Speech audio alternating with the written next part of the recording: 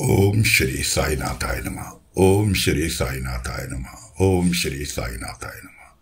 सभी साईं भक्तों को मेरा नमस्कार। साथियों, कथा प्रारंभ करते हैं।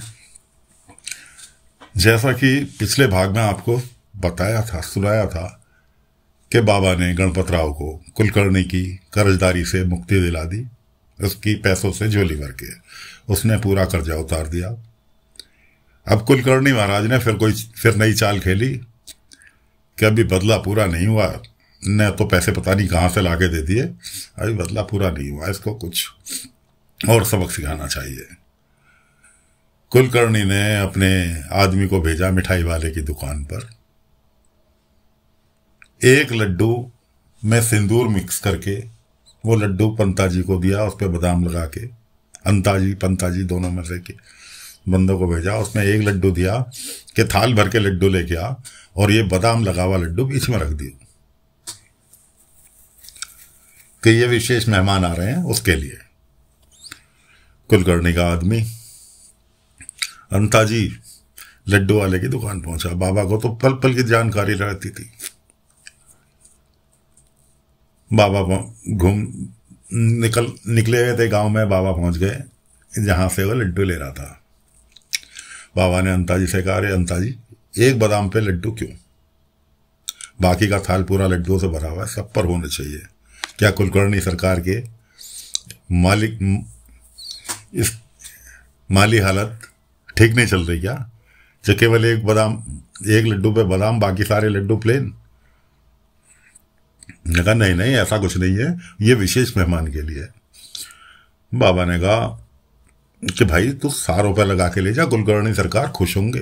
क्या तू पहचान पाएगा? ये विशेष लड्डू सब पे लगे होंगे, तू पहचान के बता दियो कुलकर्णी सरकार को कि जी ये वाला लड्डू है वो जो तुमने दिया था बीच में रखने के लिए। उसने कहा, बाबा ने कहा, और हो सकता तुझे इनाम भी मिल जाए इस बात का।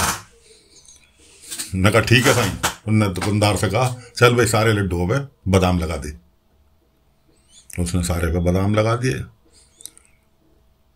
अब जब सब पे बादाम लग गए तो बाबा की कृपा से बाबा ने उस लड्डू को ही गायब कर दिया जो विशेष उस थाल में रखा। कुलकर्णी सरकार ने नया पैंतरा खेला गणपतराव के। भाई गणपतराव, कर्जा तुमने उतार दिया, मेरे कर्ज से तुम मुक्त हो गए। मैं ये चाहता हूं कि तुम नाटक वगैरह तो तुम करोगे नहीं यहाँ शिरडी में, लेकिन मैं चाहता हूं, मैंने मेहमान बुला रखे हैं, उनके आगे एक बार अपना गाना सुना दो।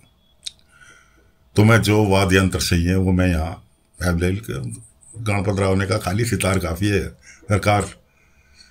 कोई बात नहीं। मेहमान भी आ गए, महफिल भी सज गई कुलकर्णी सरकार के घर पर। लड्डू का थाल भी आके रखा गया। कुलकर्णी ने उस थाल में से एक लड्डू उठाया जहां वो समझ रहा था रखा हुआ, और गणपतराव के मुंह में के लो, पहले गाने से पहले मुंह मीठा करो, उसके बाद गाना गाना चालू करना।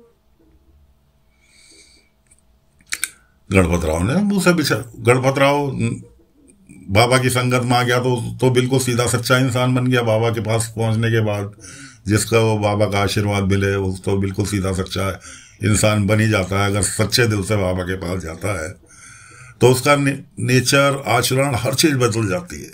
आज के जमाने में भी, बाबा के टाइम में तो बदलती थी, आज भी जो बाबा को मानता है, बाबा को पूजता है, बाबा की बताए पद चिन्हों पर चलता है, उसके हर तरह का दिनचर्या बदल जाती है।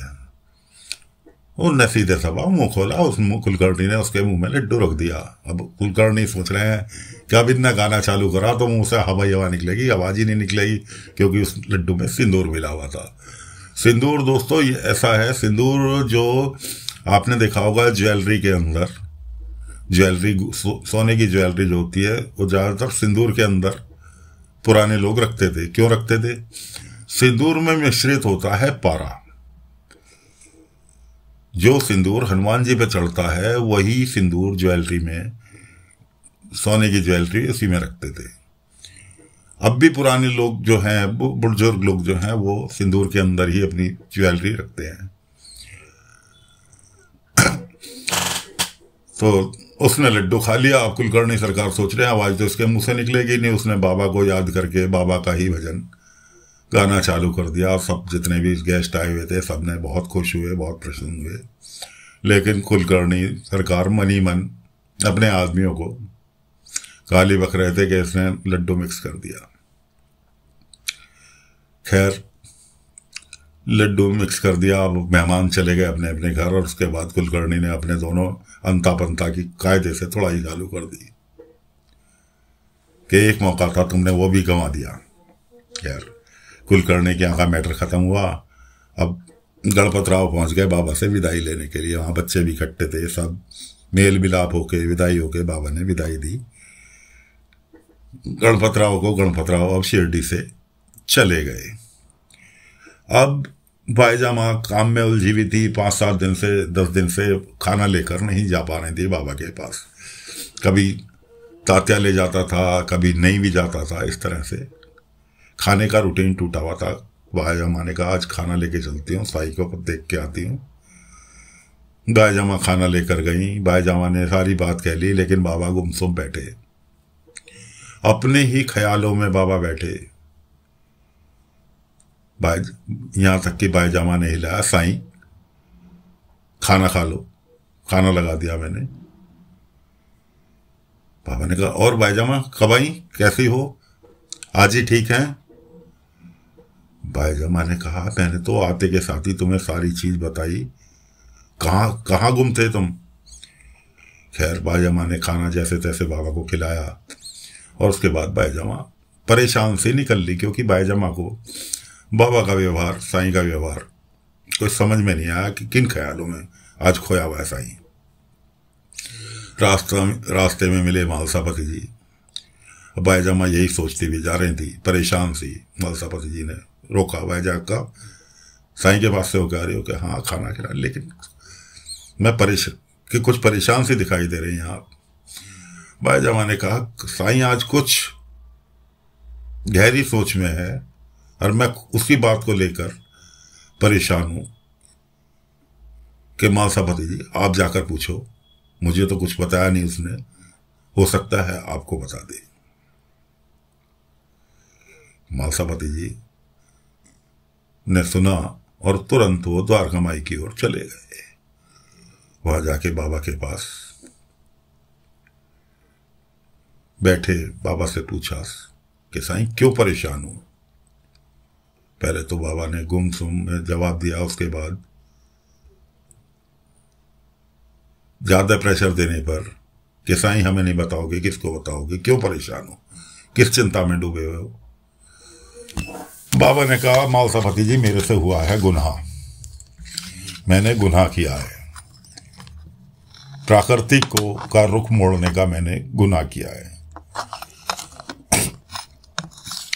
कि ऐसे ऐसे मैंने आज की तारीख में गणपत राव का गला खराब होना था, कुलकर्णी ने उसे लड्डू खिलाना था, जिस विधान को मैंने पलट दिया, मुझे पता चला, मैंने उस विधि विधान को दूसरी ओर मोड़ दिया।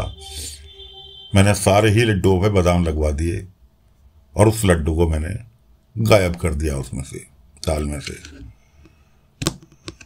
कि नियति का जो काल चक्र था उसमें मैंने हस्तक्षेप किया, इस चीज का मुझे पछतावा है और मैंने गुनाह किया है। और गुनाह का जब तक पश्चाताप ना हो तब तक मेरी आत्मा शुद्ध नहीं होगी। उस आत्मा शुद्धि के लिए मुझे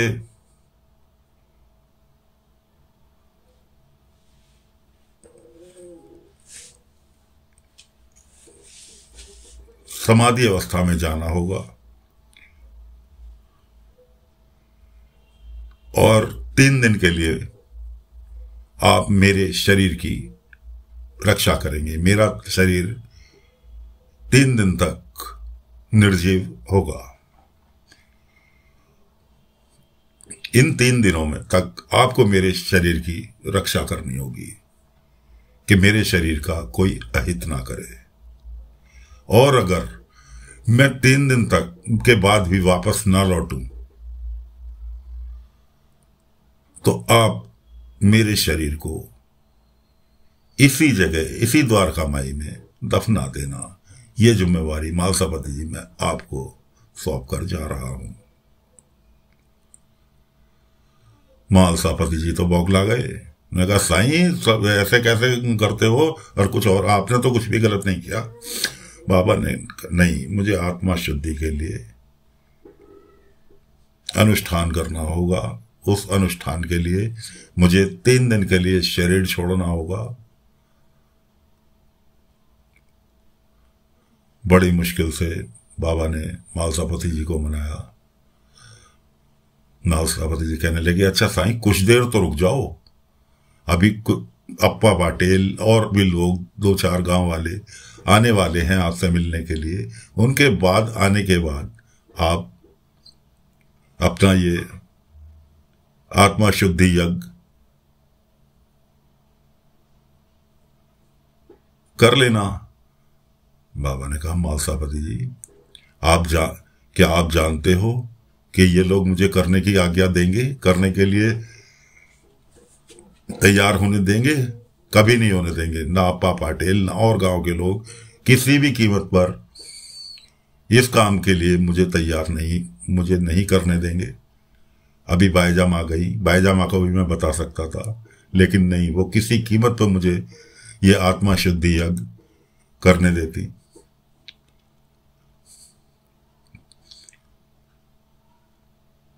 मालसापति जी, जो ये काम मैं अभी चालू कर रहा हूं। बाबा ने तुरंत अपनी चटाई वगैरह जो उनके पास रहती थी उसे वहीं द्वारका माई में बिछाई और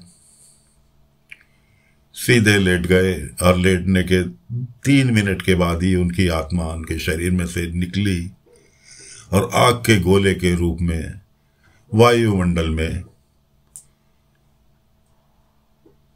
तैर गई। और उस नजारे को गांव के हर शख्स ने देखा। बच्चों ने, बड़ों ने, बूढ़ों ने, जो बाबा को चाहते थे, सबने देखा। और वायुमंडल में जाके, आसमान में जाके उस आग के गोले में बाबा की शक्ल नजर आई, बाबा के दर्शन हुए। और जिस वक्त ये काम हो रहा था, इतनी जोर की आंधी तूफान, हर गांव वाला परेशान कि ये क्या हुआ, अचानक इतनी तेज हवाएं, बिजली कड़कना, और उसके बाद एकदम शांत। और वायुमंडल में आग के गोले के बीच में बाबा का चेहरा नजर आ रहा है। जो बाबा के चाहने वाले थे सबने उस दर्शन को किए। अब पाटिल जी, राणो जी, अब्दुल, ये 5-7 लोग बाबा से मिलने प्रतिदिन शाम को जाया करते थे अपने काम धंधे से फ्री होके। बाबा समाधि में अपनी चले गए, निष्प्राण हो गए। द्वारका माई में मालसापति जी को जिम्मेवारी दी। अब आते हैं ये लोग कि साईं कैसे लेटे हैं। तब मालसापति जी ने सबको पूरा किस्सा सुनाया कि ऐसे ऐसे साईं 3 दिन के लिए निष्प्राण रहेंगे। जिम्मेवारी मुझे देके गए हैं, इसलिए मैं यहां से एक पल के लिए भी नहीं हिलूंगा। मुझे साईं के शरीर की रक्षा करनी है। अब सभी लोगों ने, जो भी बाबा से मिलने गए थे, सभी ने इस बात को समझा और मालसापति जी को वहीं द्वारका माई में बाबा के पास बैठा छोड़कर सभी अपनी अपनी घर की ओर रवाना हो गए। तो साथियों, बाबा जी गए 3 दिन के लिए समाधि में आत्मा शुद्धि यज्ञ करने के लिए। अपनी आत्मा को जो उन्होंने उनके अनुसार विधि के विधान में हस्तक्षेप किया था, उसका पश्चाताप करने के लिए उन्होंने 3 दिन के लिए अपनी आत्मा को शरीर से मुक्त कर दिया। तो साथियों, आज की कथा को यहीं विराम देते हैं। कल फिर अगला अंक लेकर हाजिर होंगे।